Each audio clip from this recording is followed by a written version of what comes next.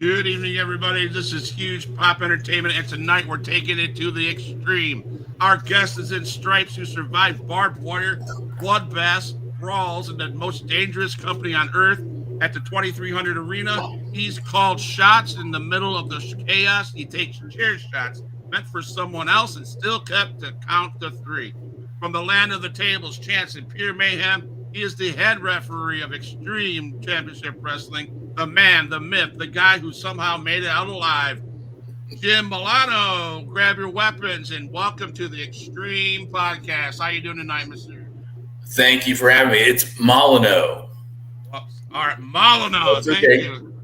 That's right. I just started a teach. I'm a substitute teacher now, which is a joke in itself. My bad. And I've got 120 kids trying to figure out my name. So thank you for not taking a kendo stick to me. Okay, I'm happy about that. I'm a recipient, not a sender.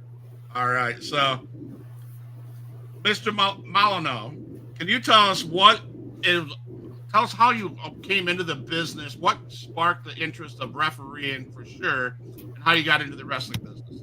Well, I'd always been interested in entertaining or being involved in sports.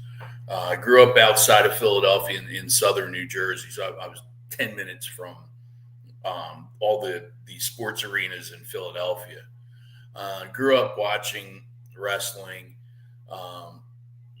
Just so you know the era that I grew up watching. It was Bruno and it was Bob Backlund. So I'll say it. I'm 64. So I also grew up in the Philadelphia area at the time of, as you can see behind my back, the Philadelphia Flyers winning the Stanley Cup. So I kind of got away from wrestling as a viewer, and every minute I could, I was on the streets or on the ice playing hockey.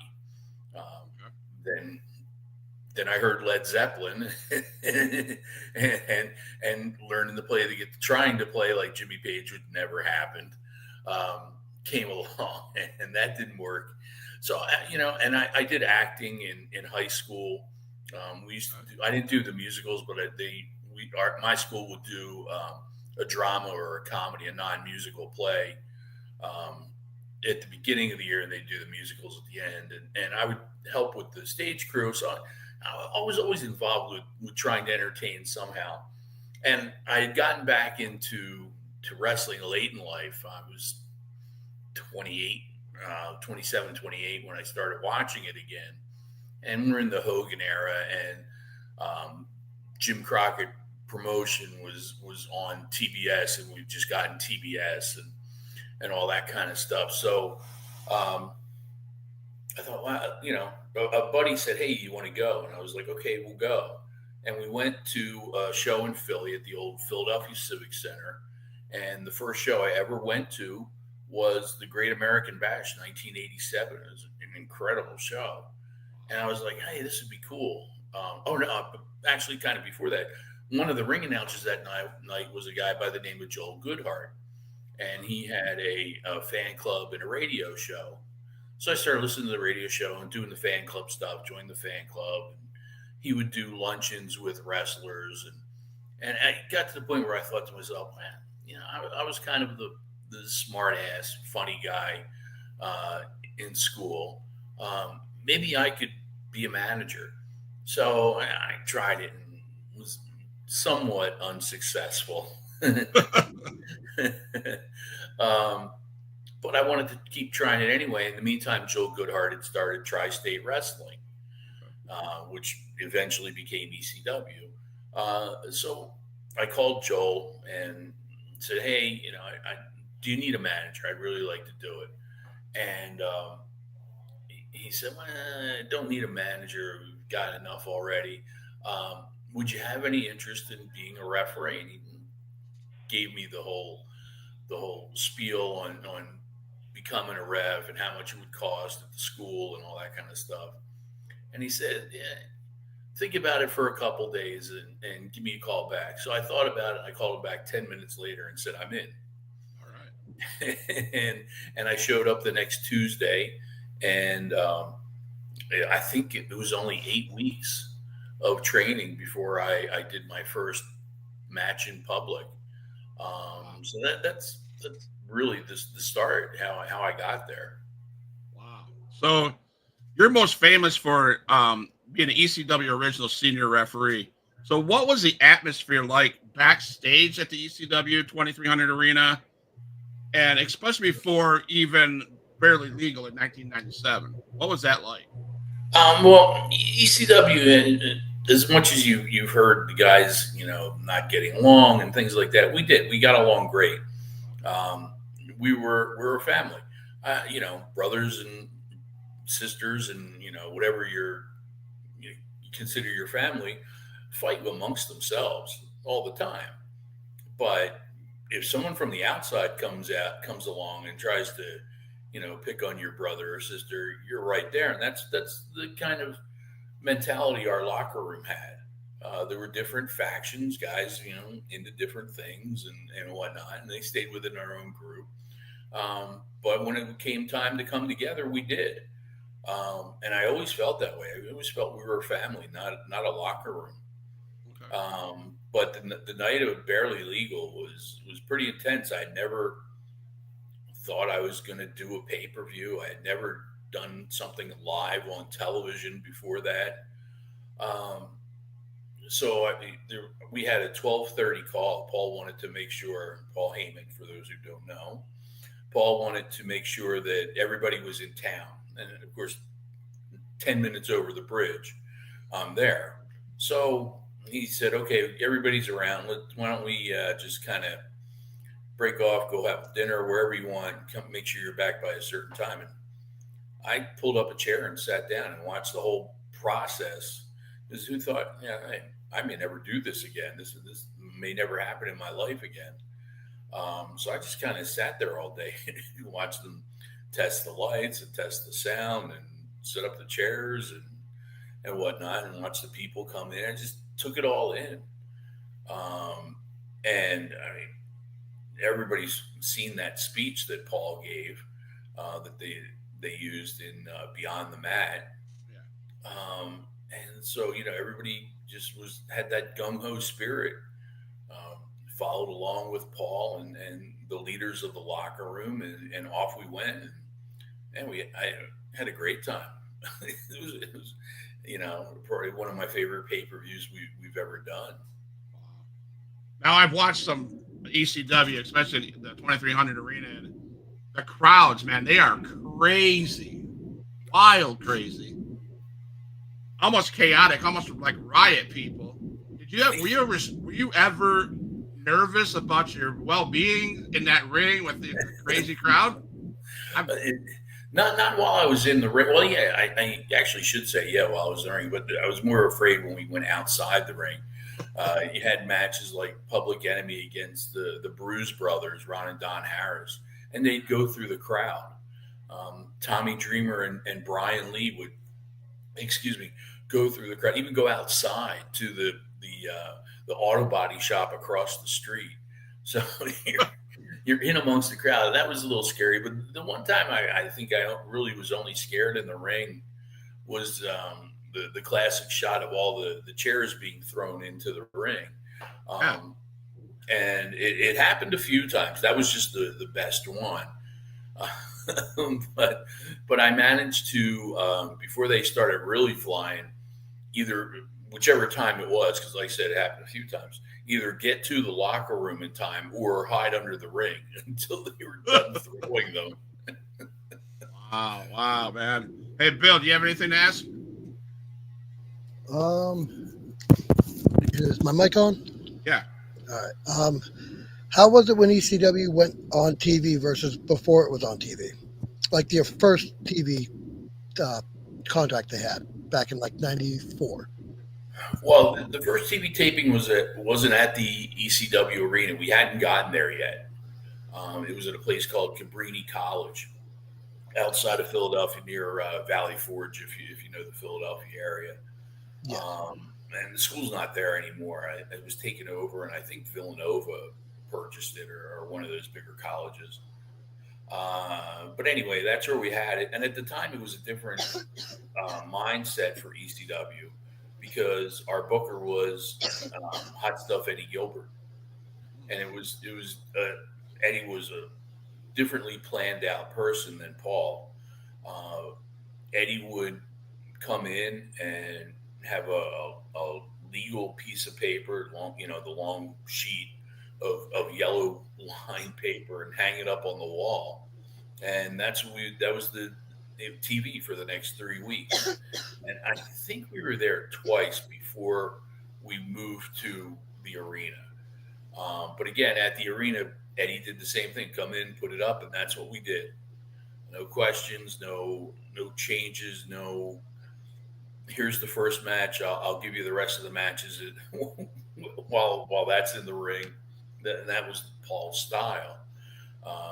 But yeah, it was a very different thing, and I think every locker room changes with bookers, no matter what it is and what their style is.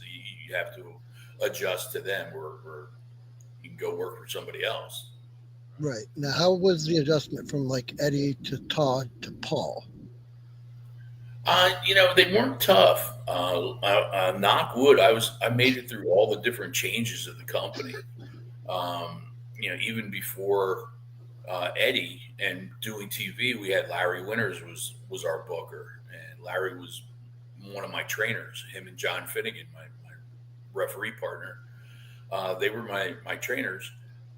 So I just somehow skirted under the radar. Didn't stick out like this guy's a problem or a mistake or bad apple or could cause us trouble or problems. I'm one of the good guys and just managed to stick around. But you adjusted. You got used to it. It wasn't that difficult because Paul was helping Eddie out. Just the setup to what we were doing was different. I still think the Eddie Gilbert and Paul Heyman booking ideas were pretty close to each other. It was that Memphis style, which is what Todd wanted anyway. Same thing that Joel wanted. Joel was into that Memphis style and would bring the talent in for those events, his bigger events, and a lot of them were from Memphis or had Memphis ties. So it wasn't that difficult. Just like I said, just the approach to the show, the TV itself. So you worked with Paul Heyman, Terry Funk, Shane Douglas, Sabu, all iconic names I just named. What was it like working with those guys? Oh, it was heaven. A couple of months ago, somebody put up a video of the first time Tommy Rich was at the arena. It was a match against Terry Funk, and I had the match. And after the match, I thought to myself, "Oh my God, I was just in the ring with two NWA champions. How can that happen?" I've only been in the business a handful of years. Like you said, I didn't start reffing until I was 28. So I'm maybe 30, 32, 33, something like that. But I'm still, only 5 years in, but I'm like, wow, this is really happening to me. So yeah, working with Terry and Sabu and, Shane, close friends with Shane, worked a lot with him. Between myself and John, we worked probably all or close to all of Shane's matches in ECW. Okay. So was there an ECW superstar that was hard to handle? No, not really. Pretty much a lot of egos. When it came to doing the matches, the egos kind of disappeared. They the green-eyed monster of envy and things like that would show its ugly head every once in a while in the locker room. But when it came time to get down to business, like you said, everybody kind of joined together and worked together and got through it and created what we did. One more question for me, then I'll go to Bill. How much did referees interact with Paul Heyman on show days? Were you guys always communicating with Paul? Oh yeah. Well, first of all, everyone sees the earpieces now. We never used them, so Huh. we didn't have communication during the matches. The only communication we really had was with our timekeeper, whether it was Rocky or Andy at the time, and they would just give us time signals. Um, so there was no communication between the matches, but we would definitely stick close to Paul if anything changed on the fly. That one of us or two of us, whoever, we were all there, would be ready to go, run out, do something to help, or break up a fight, or just whatever was needed. We were there. Okay. Bill?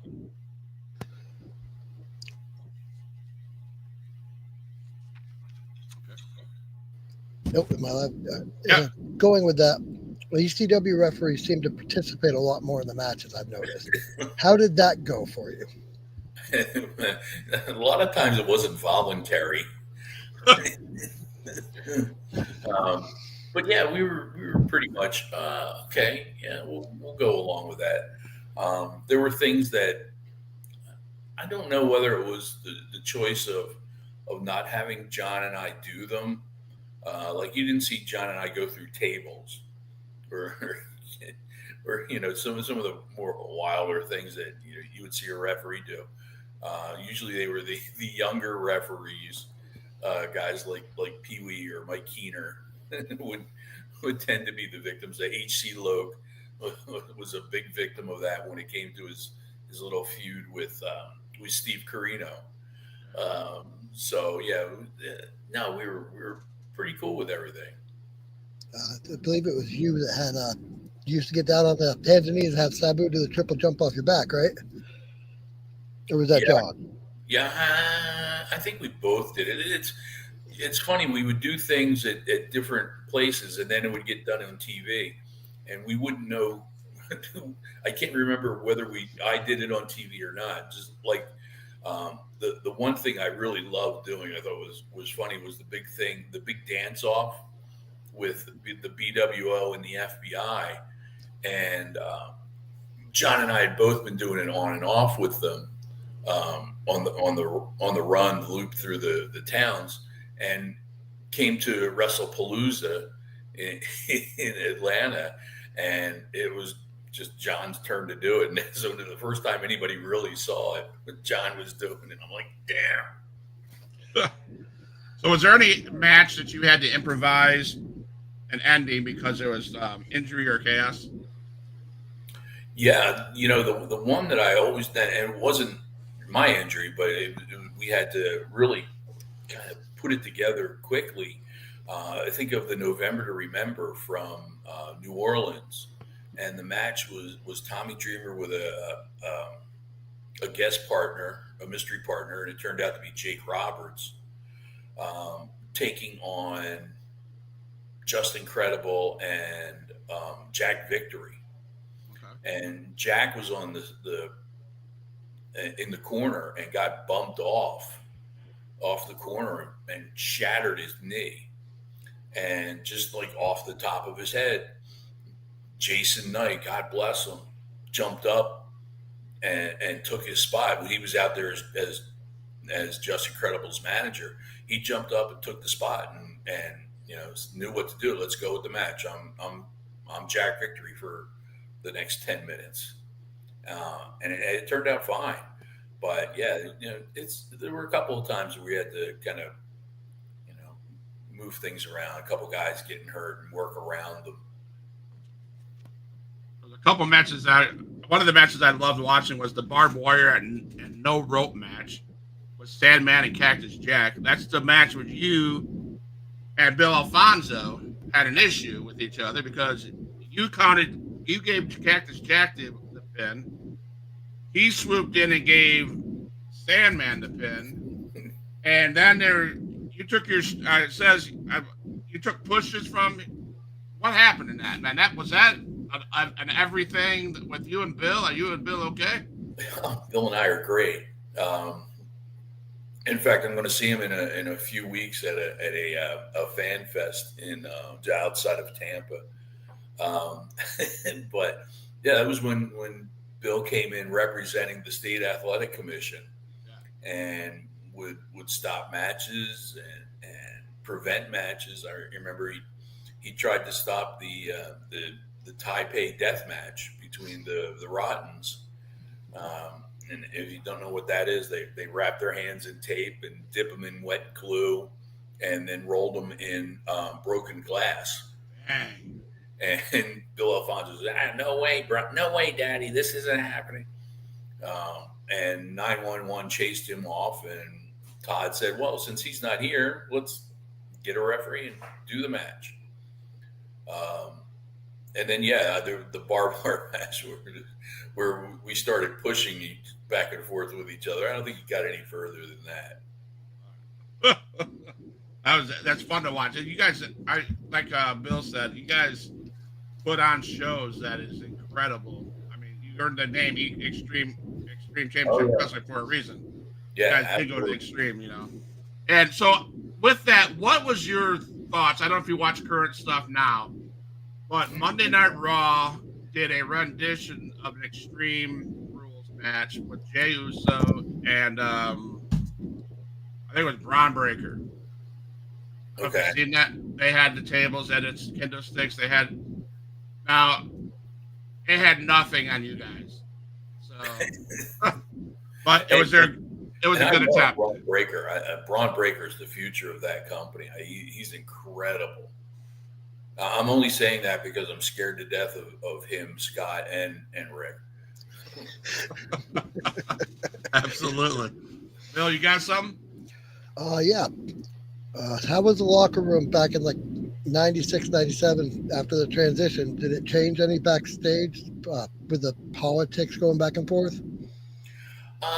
Yeah, there were a little more politics around the time of the first pay-per-view, but that got settled down pretty quickly. It took a good a meeting or verbal verbal punishment from Paul, basically saying, "Look, you guys, you've worked so hard to get here. Why are you screwing it up now?" And this was only a couple weeks before the pay-per-view. And I can remember going back to my room that night, and I'm like, "Oh, this is not going to happen. I just know it. The way my luck goes, this is not going to happen." But yeah, every once in a while, things needed to be put in check. But no, like I said, we were always a family, and we looked out for each other. We helped each other. We helped each other with training. I mean, Tracy Smothers, God bless him. What a great human being for the wrestling business. What a godsend he was for wrestling. I mean, he would get dressed. He would come in, get dressed, not even in his gear, just workout clothes, and he would gather everybody up, and I mean pretty much everybody. And we would stand around the four corners of the ring, and the guys would just keep tagging each other in and out, in and out, in and out. And everybody got a turn and worked on their stuff. And the referees, we were in there refereeing. And then afterwards, the guys would finish by running crisscross on the ropes. And the referees would even do it too. Hey, look, they're doing it. We're doing it too. We're part of the family. We're part of the team. We can do it. So yeah, it even got tighter once we had not just television, but I think like the syndication. We were starting to show up on Sunshine Network in Florida and stuff in New York and New England. Once we started traveling out of the Philadelphia area, I think we actually became tighter. I use the word brotherhood a lot in my podcast, so when I think of brotherhood, I'm thinking you have each other's back. Mm-hmm. When you do the extreme stuff that you guys did at ECW, how important is it for brotherhood to be in that arena, in that locker room, in that promotion? Oh, it's so important. Brotherhood to me in wrestling means trust. I trust you like a brother, and I know what you're doing is not there to hurt me or cause me any pain or kill my character or kill what we're trying to do here. We're brothers working together for the same goal, and I think it worked the majority of the time. Now I have to follow that up with this. That word fake. Ugh. Now I want your honest answer. There was nothing fake about what you all did in that ring at ECW with the barbed wire, the tacks, the chairs, the kendo sticks. Those were solid hits. When you got hit with that chair, Yep. you got hit. Oh yeah. Okay. Yeah, it was. To look back at it now and watch it, I say we were stupid. We really were. And a lot of guys have paid for it in various ways. I've got, just as a referee, I've got 2 bad knees. I can get around no problem, but I had a partial ACL tear, a torn meniscus. Probably all my fingers have been broken at one time. Broken ankle, all that kind of. I've done it too, but none of it was done maliciously, but it was all hey, it's real. We got to prove to them it's real. Wow. Chris Martin says hello and thank you, Jim. This is cool. Thanks, Chris, man, for watching the show.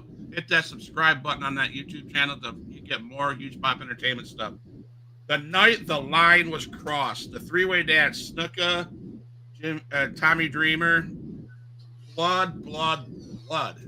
Holy crap! And you were involved in that, man. What was that like? Being around all that crazy Jimmy used to be one of my favorites. I loved how he jumped off the top ropes. Everything about him was cool. Tommy Dreamer still's going. That dude, man. Whatever. What was that like?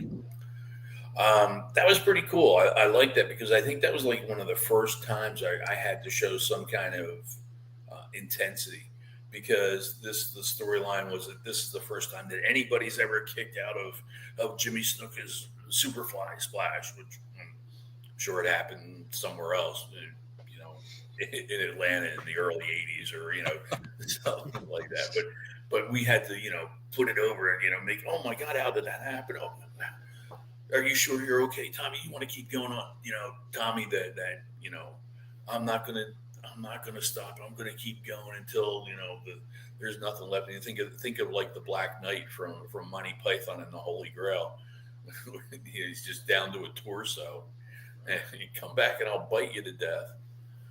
That's Tommy Dreamer, and that was the story they were trying to get across. And unfortunately, it didn't work as much as I think we wanted it to, because what it really took for Tommy was the caning from Sandman to get over with the crowd. But yeah, that was the first time I really had to show some real intensity that this oh my God, this poor guy, how can we help him? Bill, you got anything? Masato Tanaka, Mike Awesome, 2005. Oh. One of your best bumps that I can remember off the top of my head. How was it? That was my worst bump. I almost broke my neck. Mike wanted to do it. I told him when he came up with the idea, I said, look, I'm fat. And my feet don't leave the ground too far off the ground. Don't worry, I'll get you. And Mike was a strong guy. I was like, okay. And and everybody saw the match. And Mike actually got hurt. He hurt his leg. He got a pretty deep cut. And so on the outside, I said, are you sure you still want to do this? Yeah, I'm great. I'm no problem. And there's a difference between as strong as you are before the match and after you do a 15-minute match where you're beating the living hell out of each other. So climb back in the ring, raise his hand, turns me, kicks me, picks me up, and barely gets me up. And I really had to tuck at the last second to not land on my neck. And production didn't know about it. That's why it wasn't shown live. That's why it had to be shown on a replay. That was just something set up between Mike and myself. Anything else, Bill? ECW had a lot of odd jobs for everybody other than the main in-ring jobs. How was your take on that? I took one of them. I wanted to get out of working in warehouses and things like that. Actually, I was selling heating and air conditioning wholesale in New Jersey. So I do that Monday through Friday, and actually started being able to do it Monday through Thursday if I got my hours in. Before that way, Friday I could travel. Just getting to the point where we're starting to do 3 shows on a weekend or 2 shows, and we're not in the Philadelphia area. So I needed to fly. So luckily, the company I work for said, if you can get your hours in Monday through Thursday, you can have Friday off and go do whatever you want to do. So I was doing that, and Paul actually came to myself and Jack Victory and Lou DeAngeli, signed Guy Dudley, and said, how would you guys like to work on the promotions end, getting out and going to towns that we're going to hit in a couple of weeks and getting the street teams together and hitting different places, put out flyers and talk to the radio stations and the whole bit. I'm like, yeah, I'll try it. And so I got a separate salary for that, and then a separate salary for reffing. So I did that for like a year and a half, the last year and a half of the company. And I liked it. I wish I had done that where they had come up with that idea earlier. I know referees were known back in the territorial days for doing other things behind the scenes. I know Brian Hildebrandt did a lot of stuff behind the scenes for Smoky Mountain, and Tommy Young, and those guys did a lot of stuff for Crockett. So yeah, I had no problem hopping in. My wife probably questioned it because got to the point where I was leaving home Tuesday morning, like the first flight out of Philly at like 6 a.m. to get to wherever I was going, and not coming home until Sunday afternoon. So that was a bit of a strain that we didn't anticipate, but got through it, and we're still going strong. But yeah, that was fun. I like doing that. So ECW was known for brutal storytelling. What was one of your favorites, brutal storytelling, that you were involved in or that happened in ECW? Not that it was brutal. There were moments where it probably was, but I have to go with Dreamer and Raven. They went at it for 3 years before they finished the story, and even after those 3 years, you thought it was done, and Raven shows up back in ECW and keeps going. So yeah, I think that was the most intense storyline. That and the Dudleys with Dreamer when they took Beulah and broke her neck. That was pretty intense moment. Now you talk about Raven. He's one of my favorites growing up. What was he like as a performer, as a guy backstage? What was hanging out with him like? Hanging out with him, he was a pretty funny guy. He was kind of like focused on what he had to do that night, and I think he kind of loosened up once he was done. But he was pretty mindset on, I got to do this, and would go over things over and over and over and over. In fact, I don't think he was doing it with us, but I know he picked this. I think, in fact, I'm pretty sure it was after with us. He picked up from Dallas Page, writing everything down. So he would show up with a notebook for a match. But that was after ECW. ECW was we were pretty much on the fly as much as possible. Nice. That'd have been crazy. Just, you hear about what they do in backstage now. There are these, storylines, all this stuff. And I hear you talking about it, and it's like that was not the case at ECW. You guys just went for it.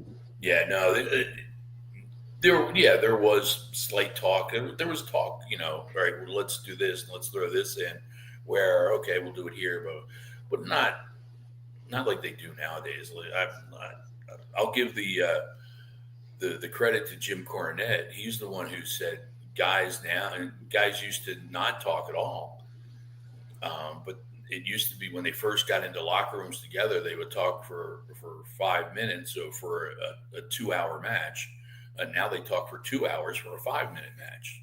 Yeah. So it's ridiculous. I love on the independent circuits. I don't care what they do for their match. As far as I'm concerned, I go up to them and say, "Hey, what do I need to know? What do I need to see? What do I need to not see? And what's the finish?" I don't want to know anything else. I want my visual and physical reactions to what I see to be real, and that my realism is projected to the fans. I hope there's a continuity that the referee creates between the wrestlers, the match, and the fans and their reaction. So I try to keep that as honest as possible. Bill, you got anything? When ECW rebooted in 2005 and then WWE took over, how was the change at that point? I've always said this, and I'll always say it. It wasn't my mom's ECW. It was completely different. The first pay-per-view that we did in 2005 was more like the old days. There were production stuff and things like that were different, but it was the guys again. The second one, there were some changes, and you could just get a different feeling about it, the pay-per-view itself, and of course we knew about the TV show because we were going to tape the next. That was a Sunday night, so we were going to tape on Tuesday in Trenton, New Jersey. And you just feel there was something different when you got to the arena that night, or that Tuesday night. Guys were let go right there as they walked in the door. We don't need you, sorry. They didn't have the common courtesy to call them before and say, look, we're going in a different direction. Thanks for what you've done. We're moving on. And I lasted 2 weeks. The referees were never offered the ECW original referees. John Finnegan was offered a deal and they turned it down. Mike Keener and myself were not offered a deal. And I wasn't going to keep going to matches hoping for work. I had started my own courier service. So I had my own business, and after, expenses and your travel expenses and hotel and all that kind of stuff, I was making more money staying home, working for myself. So I made that decision. I said, I'm not doing that. And I was also at the time running, that was time-wise, I'm trying to think. I think I was still working and running the Monster Factory at the time. And then we were switching over to old-time wrestling. And I ran that until just after COVID started. And just said, it's becoming too much of a one-man show, too much for me to run everything by myself. I had a heart attack in 2017, so I was like, that's enough. And actually, when I shut the company down and sold the ring, the guys I sold the ring to were the first ones who said, "Hey, do you want to referee for us? John Finnegan works for us. You guys can team up again." And we're like, "Okay, I'll do it." And I've been reffing again since. So I reached out to some people, and one of the guys that sent me something to share with you is a good friend of mine, good friend of yours, actually. Favorite Ginny, Chubby Dudley. Ah, yes. Just worked with him. Yeah, that's what he has to say. He says, I've known Jim since he was first started at TWA. And he's always been a true dedicated person who loves the business more than words, but also a class act out of the ring. I've had the honor to call friend and brother for 35 years. So, man, you put a lasting impression on lots of people.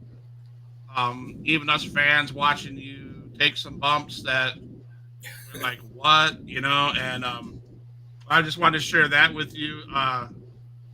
He did say that you were great.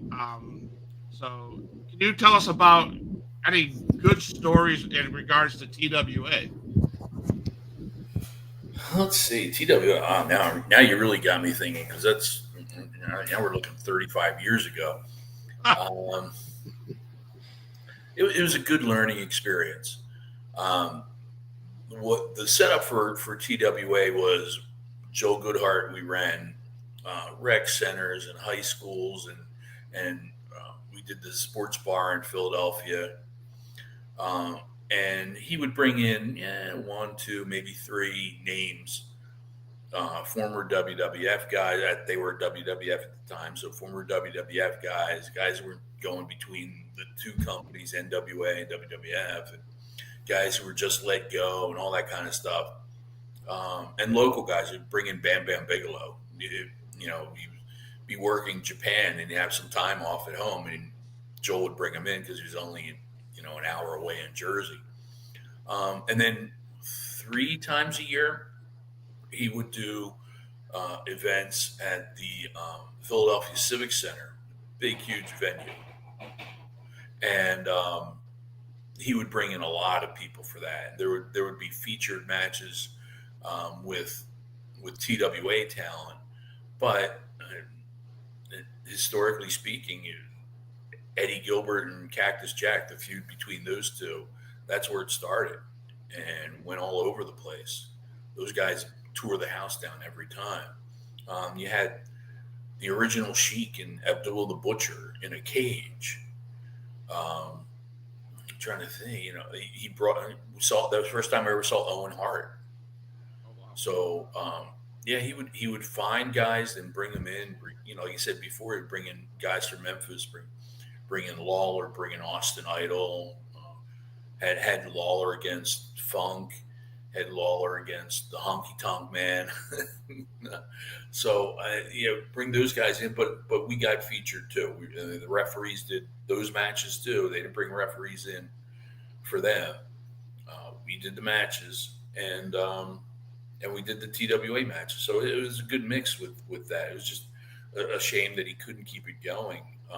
The last event he had advertised, and I wish it had happened, he was going to do the battle of the Nature Boys, but it was going to be Buddy Rogers, who was 72 at the time, and was an early mentor of mine. He lived in the next town I grew up in, and Buddy Landell, I thought would have been great.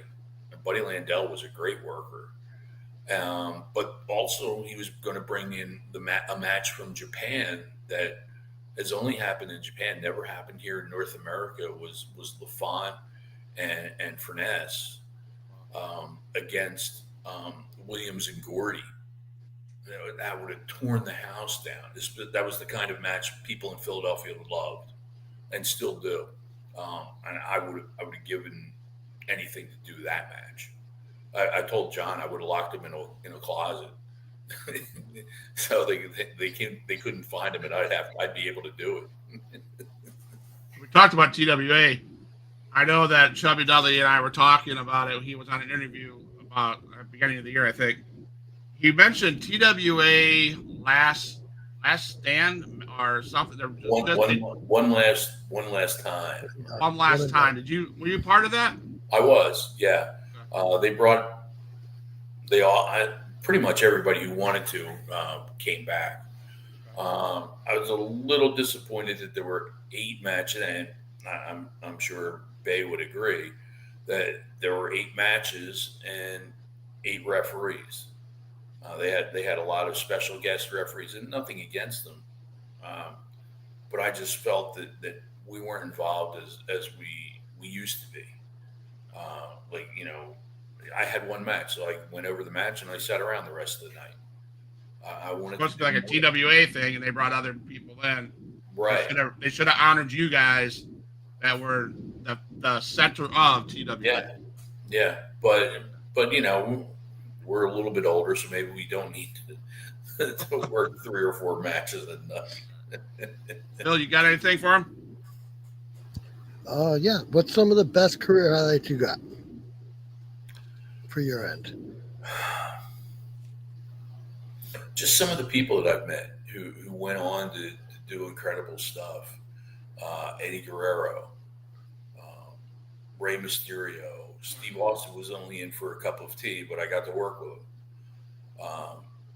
Never forget that I was friendly with guys like Terry Funk, like heroes I grew up watching.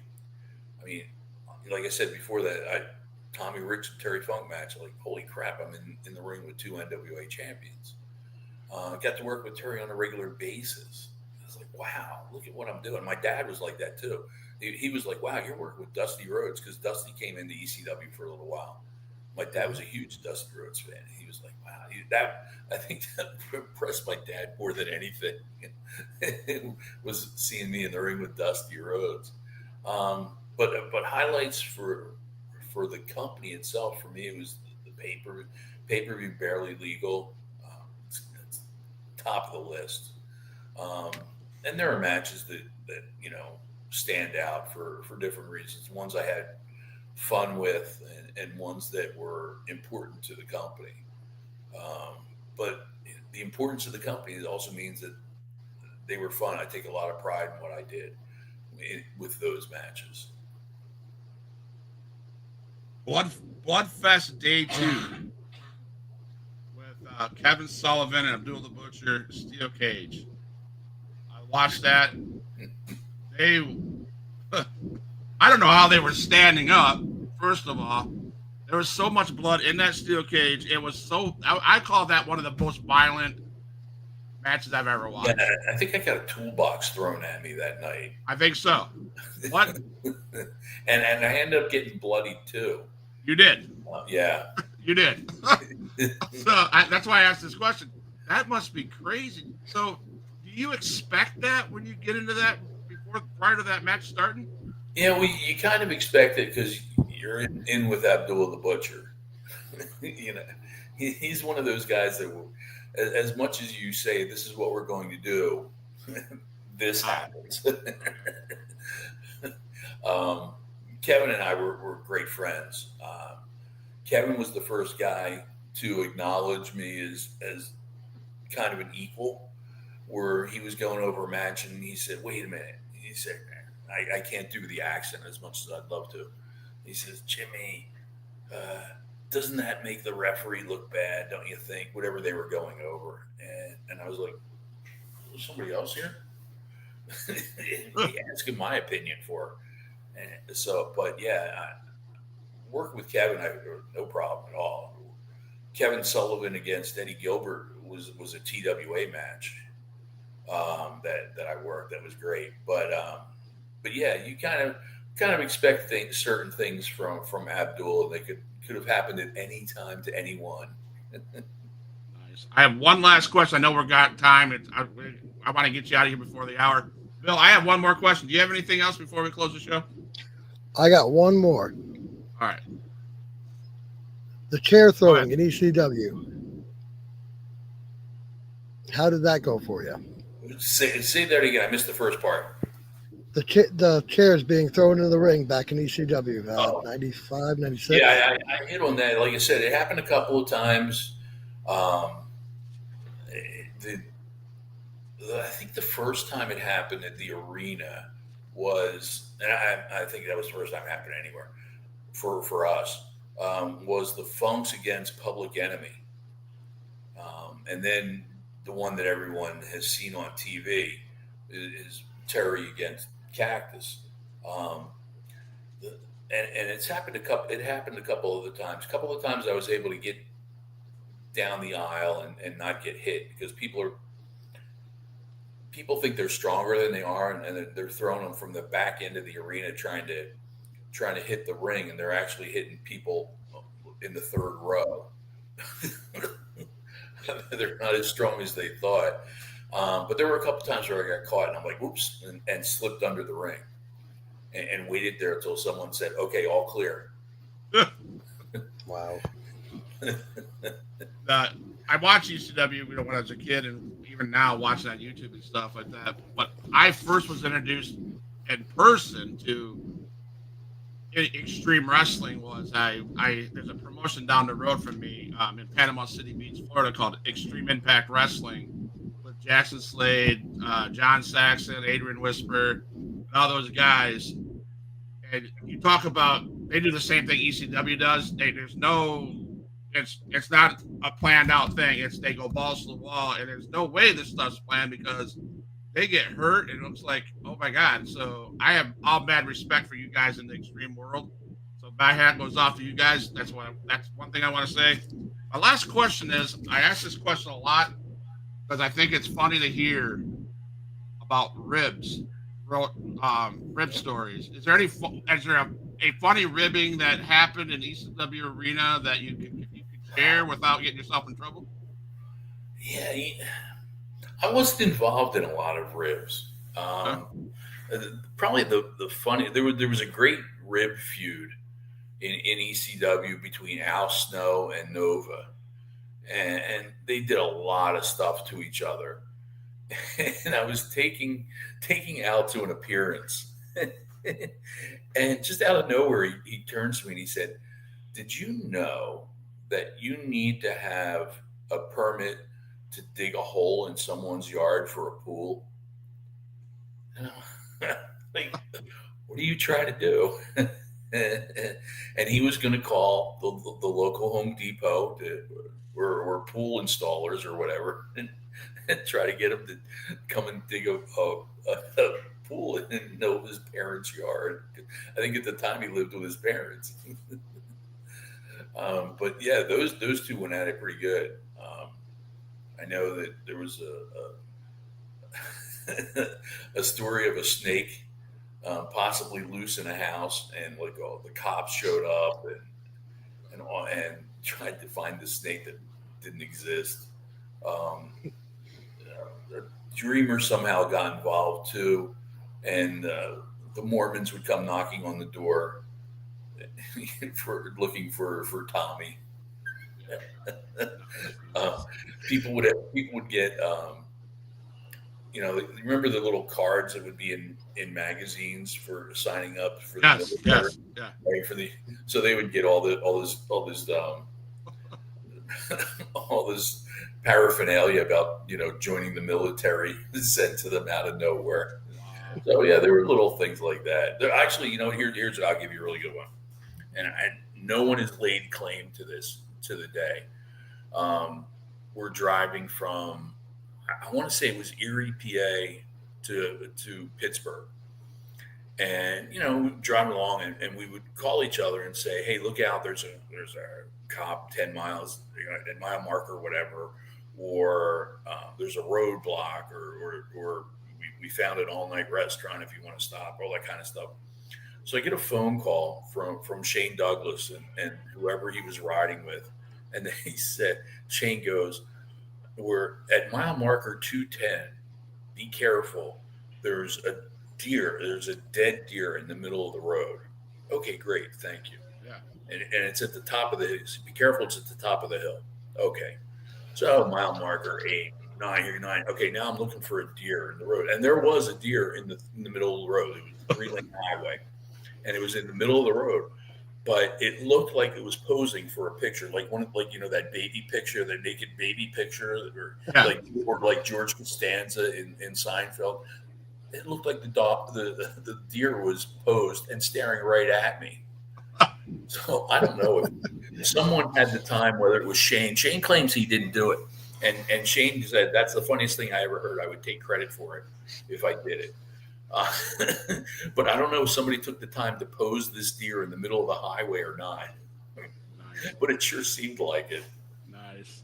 I can't leave this conversation about ECW and you as a ref without asking, Sabu, Any fond memories that you had with Sabu? Sabu was a great worker. He was a true professional. Came in, did his match.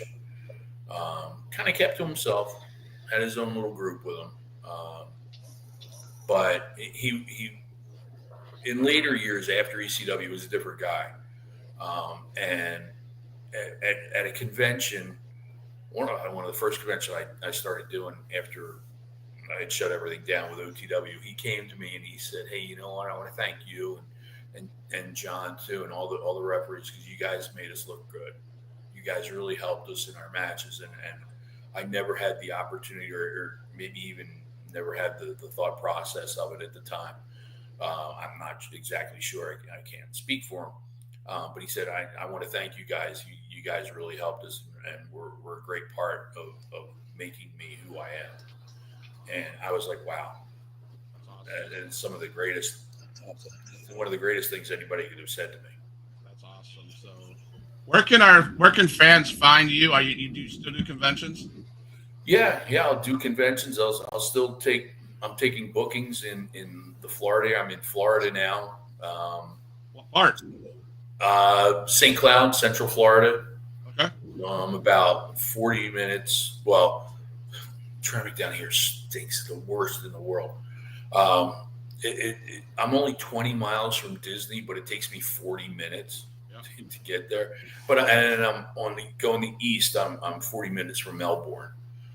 So I'm pretty much in the middle of the state. Cool. But yeah, if you want to get a hold of me, you can find me on X or Twitter, whatever you want to call it. And it's just all one word, at Jim Molineaux, JimMolineaux. Or you can find me on Facebook. Just look me up, Jim Molineaux. And you can DM me, or my email's on there, and you can get a hold of me for conventions and seminars, and if you're looking for a referee or a commentator. I even do managing. I started managing again.